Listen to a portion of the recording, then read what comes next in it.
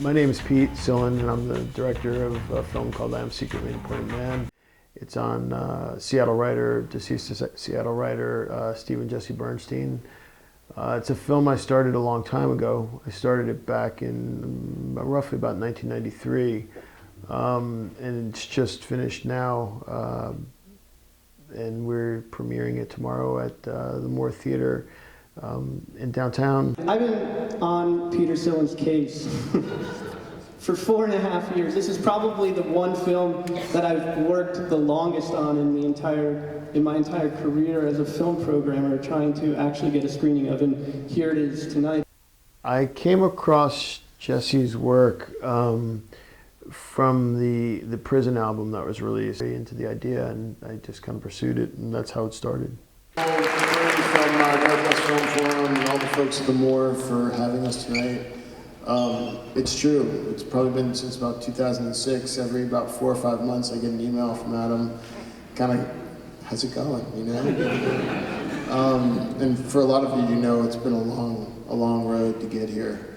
And thank you for your patience and for all your help, because this film would never be here without everybody's contributions.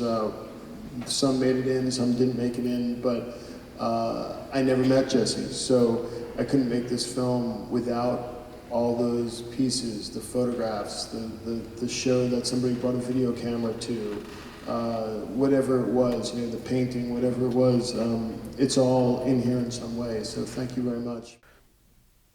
Realize that there's this first-person narrative going on. He was doing it through his art, and he was very, very committed to it. In '94, I came to Seattle, and I started collecting what scraps of video people had. Maybe they shot a show, maybe there was somebody that recorded, you know, that news segment off TV. That one segment was something else. I mean, it was really pretty amazing. And he actually, I think he had a crush on the woman interviewing him, and you know, and you would never know it though, you know, from the interview, because they're night and day. But he talks about how nice she was, and you know, it was an interesting. You know, Jesse was just trying to get paid to do his work. He wasn't really changing what he did for different people. It was just he wanted to find an audience.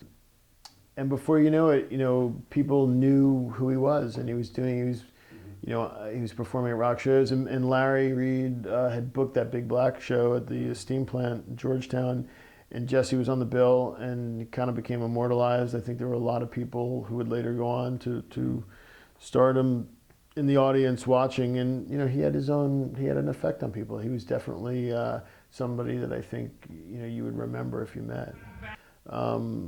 You know, he knew his crowd, he knew his audience. So if he was playing a punk club, yeah, he was going to give them kind of what they wanted, or he was going to be confrontational, or he knew how to work a crowd very well. I also just wanted to say to Pete, I think that it was amazing how much truth-finding you did in making this movie.